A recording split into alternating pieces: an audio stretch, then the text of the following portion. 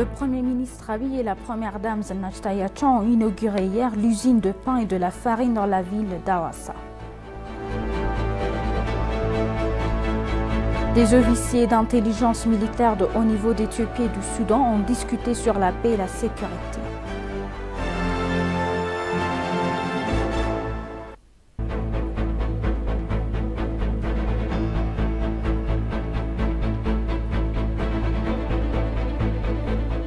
Bienvenue chers téléspectateurs, c'est Aline Taïbaro avec le journal du 25 décembre. Le Premier ministre Abiy et la Première Dame Zennathta Yachang ont inauguré hier l'usine de pain et de la farine construite dans la ville d'Hawassa par le biais de la Première Dame. À l'occasion, le Premier ministre a indiqué que ces usines de pain sont des exemples pour encourager la production des développements similaires par d'autres parties prenantes dans le cadre d'assurer la sécurité alimentaire de l'Éthiopie. Il convient de rappeler que le bureau de la Première Dame s'engage dans les activités de développement communautaire pour bénéficier la partie de la communauté à faible revenu.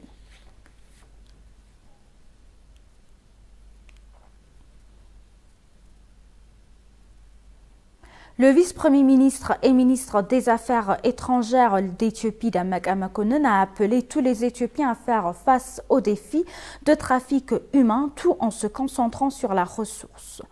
Il a fait cette remarque lors d'un forum qui s'est tenu dans la ville de Hossana sous le thème « Empêchons le trafic humain » ensemble par le biais de la participation inlassable de la communauté. Le forum vise à éveiller tout le monde que tous les Éthiopiens, les jeunes en particulier, peuvent utiliser les ressources de leur pays de manière équitable dans le but de créer davantage des opportunités d'emploi. Selon lui, le trafic humain et la migration illégale ont été les défis principaux d'Éthiopie à côté du conflit dans le nord.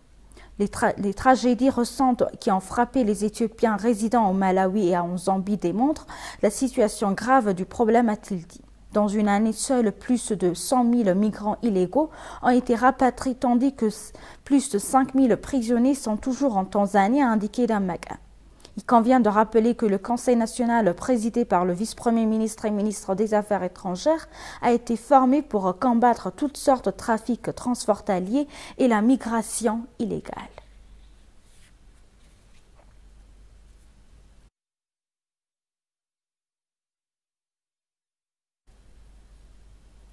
Le vice-premier ministre et ministre des Affaires étrangères, Damak Amakonnen, a intérêt que des médias et des diplomates éthiopiens doivent travailler sans relâche dans les activités d'enracinement de la vraie image de l'Éthiopie en accomplissant des efforts diplomatiques à travers le monde.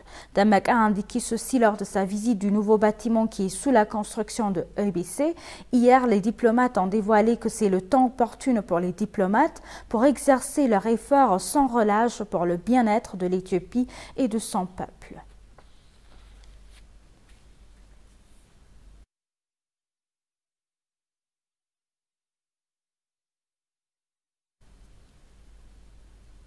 La région de la Corne de l'Afrique devrait renforcer les interconnexions de libre-échange en termes de commerce, d'infrastructures et du secteur de tourisme dans le but de maintenir la paix et l'harmonie frontalière des pays voisins, selon l'ancien Premier ministre Hailemariam Desalegn.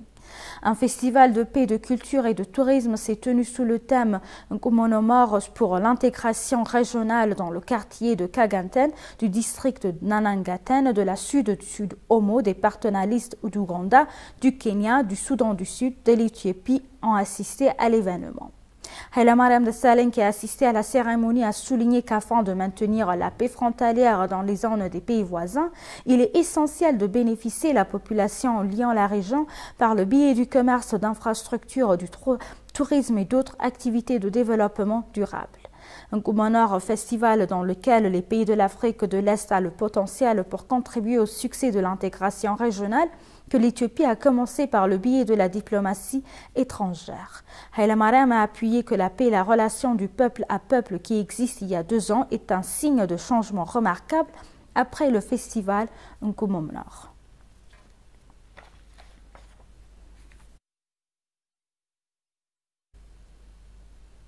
Et pour conclure le journal, des officiers d'intelligence militaire de haut niveau d'Éthiopie et du Soudan ont discuté sur comment travailler ensemble sur la paix et la sécurité au Khartoum. Les deux côtés se sont mis d'accord à élever leur coopération et les opérations d'assurer la sécurité et la stabilité dans la Corne de l'Afrique. Lors de la discussion, le chef de l'intelligence de défense auprès de la force de défense nationale éthiopienne, le général-major Damassa Amano, a indiqué que l'Éthiopie et le Soudan ont partagé leur culture et leur histoire pour des siècles.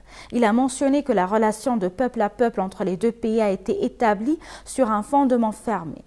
Il est important de travailler ensemble et coopérer dans le domaine de la paix et la sécurité pour que l'expression de tolérance et de la solidarité puisse continuer à long terme, a indiqué le général-major Damassa. Le chef de l'intelligence militaire de Soudan, le général-major Mohamed Ali Ahmed, a pour sa part indiqué que l'accord de coopération aiderait à remplir les lacunes dans le domaine de la paix et de la sécurité.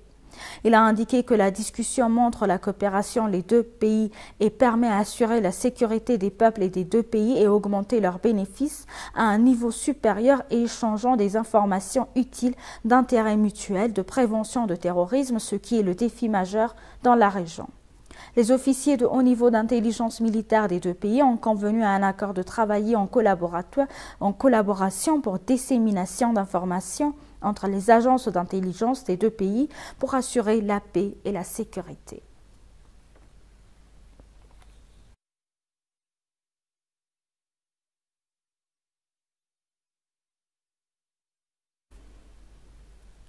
Chers téléspectateurs, nous vous rappelons les titres principaux.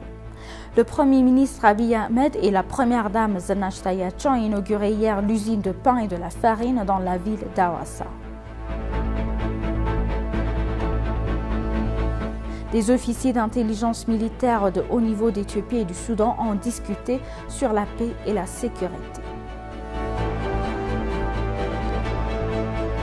Merci chers téléspectateurs, c'est la fin du journal, c'était Aline Taibaro avec le journal, restez avec nous avec le reste des programmes. Bonne journée.